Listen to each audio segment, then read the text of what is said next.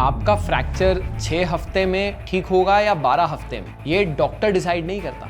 हम सब जानना चाहते हैं कि ये तकलीफ कब खत्म होगी। फ्रैक्चर हीलिंग कोई मैजिक नहीं है, ये बॉडी का अपना बिल्ट इन रिपेयर सिस्टम है। एग्स, दाल, पनीर या प्रोटीन सप्लीमेंट्स की ज़रूरत समझिए। स्मोकिंग से ब्लड वेसल्स सिकुड़ जाती हैं। नमस्ते, मेरा नाम डॉक्टर पुलक वातस्या है। मैं एक जॉइंट रिप्लेसमेंट और स्पोर्ट्स ऑर्थोपेडिक सर्जन हूं। आपका फ्रैक्चर 6 हफ्ते में ठीक होगा या 12 हफ्ते में, ये डॉक्टर डिसाइड नहीं करता, आपकी बॉडी और नेचर डिसाइड करता है। और अक्सर लोग अननोइंगली अपनी हीलिंग को स्लो कर रहे होते हैं, उन्हें पता ही नहीं होता। ये मैंने अपनी प्रैक्टिस में बहुत बार देखा है। जब पेशेंट्स मेरे क्लिनिक में आते हैं तो उनके अंदर एक टेंशन और फ्रस्ट्रेशन होती है। उनका सबसे पहला सवाल अक्सर प्लास्टर लगने से पहले ही ये होता है, डॉक्टर कितने दिन में मैं वापस अपनी नॉर्मल लाइफ में आ पाऊंगा। और ऑनेस्टली ये सवाल बिल्कुल गलत नहीं है। हम सब जानना चाहते हैं कि ये तकलीफ कब खत्म होगी। लेकिन जो बात मैं आज आपको समझाना चाहता हूं वो ये है कि फ्रैक्चर का हीलिंग टाइम सिर्फ बोन पर डिपेंड नहीं करता। ये इस बात पर डिपेंड करता है कि आपकी बॉडी को अंदर से कितना सपोर्ट मिल रहा है और हीलिंग प्रोसेस के बीच में कितनी रुकावटें आ रही हैं। मैंने कई बार अपनी एम्स की बिजी ओपीडीज में ये देखा है कि एक जैसा फ्रैक्चर, एक जैसा ट्रीटमेंट, फिर भी रिजल्ट बिल्कुल अलग। एक इंसान 6 से 8 हफ्ते में दौड़ने लगता है और दूसरा इंसान 10 से 12 हफ्ते निकलने के बाद भी दर्द की शिकायत करता रहता है। कभी कभी कॉम्प्लिकेशन, डिलेड यूनियन, माल यूनियन भी हो जाता है। इसका रीजन हमेशा सर्जरी या दवाई नहीं होता, बल्कि बॉडी का इंटरनल बायोलॉजिकल रिस्पॉन्स होता है। और आज मैं आपको फ्रैक्चर हीलिंग की उन रियलिटी बेस्ड बातों के बारे में बताऊंगा जो एक्चुअली डिसाइड करती हैं कि आपकी हड्डी कितनी जल्दी और कितनी मजबूती से जुड़ेगी। आज हम सिर्फ ऊपर ऊपर से बात नहीं करेंगे, बल्कि इसके अंदर की फिजियोलॉजी को समझेंगे। फ्रैक्चर हीलिंग कोई मैजिक नहीं है, ये बॉडी का अपना बिल्ट इन रिपेयर सिस्टम है जो अरसों से चला आ रहा है। जैसे कि हड्डी टूटती है, बॉडी का इमरजेंसी सिस्टम एक्टिवेट हो जाता है। ये एक हाईली कॉम्प्लेक्स और ऑर्केस्ट्रेटेड प्रोसेस है। इसे समझने के लिए मैं इसे 3 स्टेजेस में बताऊंगा। पहला है इन्फ्लेमेटरी फेज, जो कि एक इमीडिएट रिस्पॉन्स है। जब बोन टूटती है तो आसपास की ब्लड वेसल्स फट जाती हैं और खून जमा हो जाता है, जिसे हीमेटोमा कहते हैं। बहुत से लोग इसे सिर्फ सूजन समझते हैं, लेकिन सच ये है कि ये हीलिंग का पहला ट्रिगर है। इस खून के क्लॉट में ऐसे ग्रोथ फैक्टर्स और साइटोकिन्स होते हैं जो बॉडी के रिपेयरिंग सेल्स को सिग्नल भेजते हैं कि यहाँ कंस्ट्रक्शन का काम शुरू करो। अगर आप इस स्टेज में एंटी इन्फ्लेमेटरी दवाएं जैसे कि ज़ीरोडॉल, इटोशाइन का ओवर यूज करते हैं तो आप इफेक्टिवली हीलिंग के शुरुआती सिग्नल्स को ब्लॉक कर रहे हैं। दूसरा है रिपेयर फेज, जिसे हम कैलस फॉर्मेशन भी कहते हैं। इसके बाद बॉडी सॉफ्ट कैलस यानी कि कच्ची हड्डी जोड़ने लगती है। ये एक तरह से बायोलॉजिकल सीमेंट है। अभी ये हड्डी नहीं है, सिर्फ एक टेम्पररी ब्रिज है। कुछ दिनों बाद हमारे ऑस्टियोब्लास्ट सेल्स यहाँ कैल्शियम और मिनरल डिपॉजिट करना शुरू करते हैं और इसको हार्ड कैलस में बदल देते हैं। और इसी स्टेज में स्टेबिलिटी भी सबसे बड़ा गेम चेंजर होता है। अगर हड्डी में माइक्रो मोशन होते रहेगा तो सॉफ्ट कैलस हार्ड कैलस में देरी से बदलेगा। तीसरा और आखिरी है रीमॉडलिंग फेज। ये सबसे लंबा प्रोसेस है। हड्डी जुड़ने के बाद भी बॉडी उसे फिनिशिंग टच देते रहती है। इंपॉर्टेंट बात यह है कि आप इस प्रोसेस को फोर्स नहीं कर सकते। आप सिर्फ इस कंस्ट्रक्शन साइट को सही रॉ मटेरियल दे सकते हो ताकि काम ना रुके। पहला पॉइंट स्टेबिलिटी में ये है कि अगर आपका फ्रैक्चर अनस्टेबल है और हड्डी के टुकड़े अपनी जगह से हिल रहे हैं तो वो सॉफ्ट कैलस जो बन रहा है वो बार बार टूटे जा रहा है। बॉडी को फिर से जीरो से काम स्टार्ट करना पड़ा है। इसे नॉन यूनियन या डिलेड यूनियन का रिस्क बढ़ता जाता है। दूसरा पॉइंट ये है कि प्लास्टर, स्प्लिंट, रॉड या प्लेट का काम सिर्फ हड्डी को जोड़ना नहीं, बल्कि उस एरिया को फ्रीज करना है, एक स्टेबल एनवायरनमेंट देना है ताकि बॉडी बिना किसी डिस्टरबेंस के अपना बायोलॉजिकल काम कर पाए। अगर हड्डी फिक्स नहीं है तो रिपेयर सेल्स कभी भी मैच्योर बोन में कन्वर्ट नहीं हो पाएंगे। बहुत से पेशेंट्स अक्सर मुझसे पूछते हैं कि बोन हील होने में किसी में कम टाइम लगता है और किसी में ज़्यादा टाइम लगता है। इसका रीज़न ये है कि बोन हीलिंग एक कॉम्प्लेक्स बायोलॉजिकल प्रोसेस है और इसका स्पीड हर इंसान में डिफरेंट होता है क्योंकि ये एक इंडिविजुअल और मेडिकल फैक्टर्स पर डिपेंडेंट प्रोसेस है। पहला फैक्टर है वैस्कुलैरिटी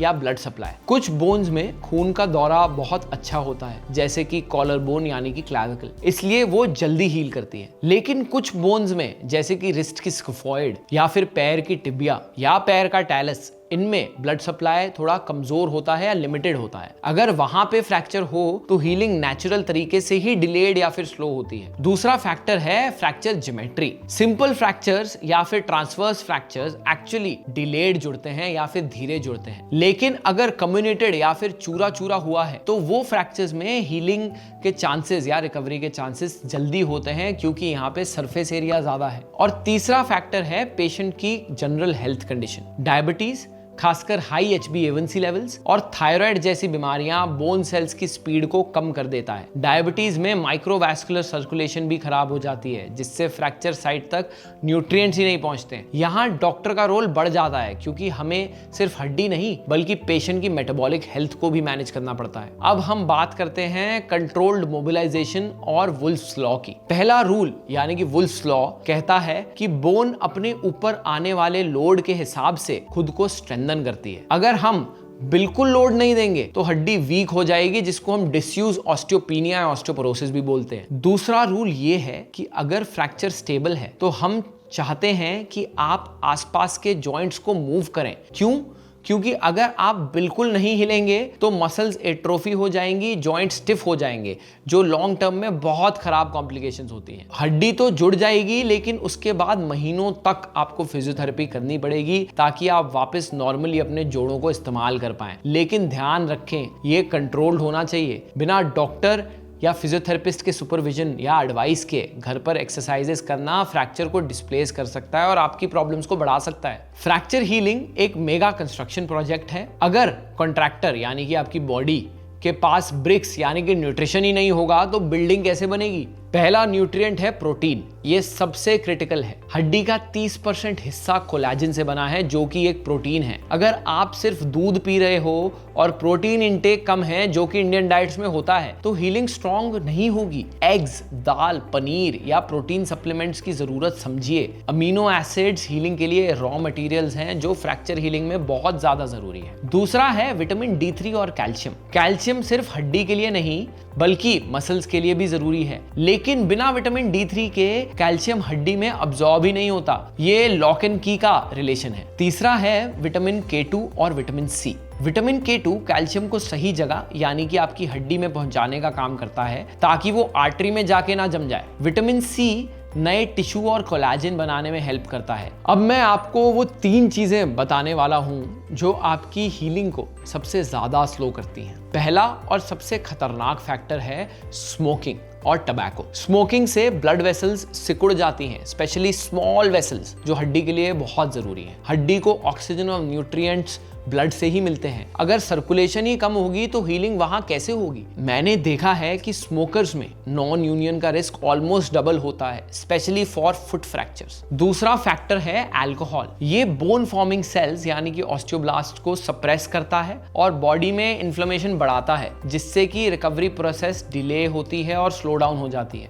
इसलिए post fracture healing please recreational alcohol consumption भी मिनिमम रखें। तीसरा फैक्टर है पेन किलर्स यानी कि NSAIDs का ओवर यूज। लंबे टाइम दर्द में और थोड़े घंटे में पेन किलर्स लेना एक अच्छी आदत नहीं है। दर्द कंट्रोल करें, पैरासिटामोल जरूर यूज करें और डॉक्टर की एडवाइस लें। फिजियोथेरेपी सिर्फ एक्सरसाइजेस का सेट नहीं है, ये रिकवरी का रोड मैप है। इसके बिना आपकी रिकवरी इनकम्प्लीट है। पहला फेज है प्रोटेक्शन। जब फ्रैक्चर नया है तो गोल सिर्फ स्वेलिंग कम करना और सराउंडिंग जॉइंट्स को एक्टिव करना रहता है। दूसरा फेज है रिस्टोरेशन। जब कैलस बन गया है तब हम रेंज ऑफ मोशन पर फोकस करते हैं। और तीसरा फेज है स्ट्रेंथनिंग।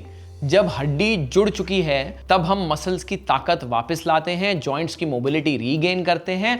और अगर आपने फेज 3 का काम फेज 1 में कर दिया तो फ्रैक्चर फिर से टूट सकता है। Timing is everything, supervision is everything. Fracture के साथ रहना मेंटल स्ट्रगल भी है। जब आप अपनी डेली रूटीन नहीं कर पाते तो कॉर्टिजोल यानी कि स्ट्रेस हार्मोन के लेवल्स बढ़ जाते हैं। स्ट्रेस डायरेक्टली आपके इम्यून सिस्टम को वीक करता है और बोन डेंसिटी पर बुरा असर डालता है, इसलिए थोड़ा पेशेंस रखें। Sleep is critical because growth hormone deep sleep में ही रिलीज होता है, जो टिश्यू रिपेयर के लिए बहुत ही एसेंशियल है। सप्लीमेंट्स तभी यूजफुल होते हैं जब बॉडी में डेफिशिएंसी हो। अगर आपका ब्लड टेस्ट नॉर्मल है तो एक्स्ट्रा सप्लीमेंट्स हीलिंग स्पीड को ड्रामेटिकली इंक्रीज नहीं करते। नेचुरल सोर्सेज जैसे घर का खाने से ही न्यूट्रिएंट अब्सॉर्ब करना बॉडी के लिए ज्यादा नेचुरल और इफेक्टिव होता है। बस सही डाइट प्लान फॉलो करें, चाहे तो एक न्यूट्रिशन से कंसल्ट करें। फाइनल बात सिंपल है, फ्रैक्चर हीलिंग कोई रेस नहीं है जिसे आप दौड़कर जीत सकते हैं। ये एक बायोलॉजिकल इंटीग्रिटी का प्रोसेस है जो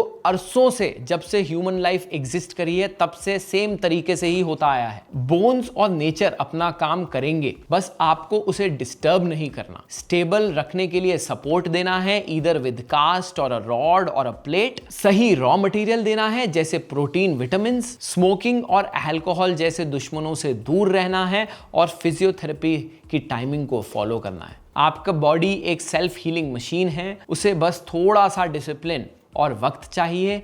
हर फ्रैक्चर हील होता है, डिफरेंस बस इतना ही है कि आपने उसके लिए कितना हेल्दी एनवायरनमेंट क्रिएट किया है। अगर कोई भी आपके आसपास फ्रैक्चर हीलिंग के गो थ्रू कर रहा है तो उसके साथ ये वीडियो शेयर करिए, मेरे चैनल को लाइक एंड सब्सक्राइब करिए। मेरी ACL की वीडियो भी बहुत इंफॉर्मेटिव है, उसको ज़रूर देखिए।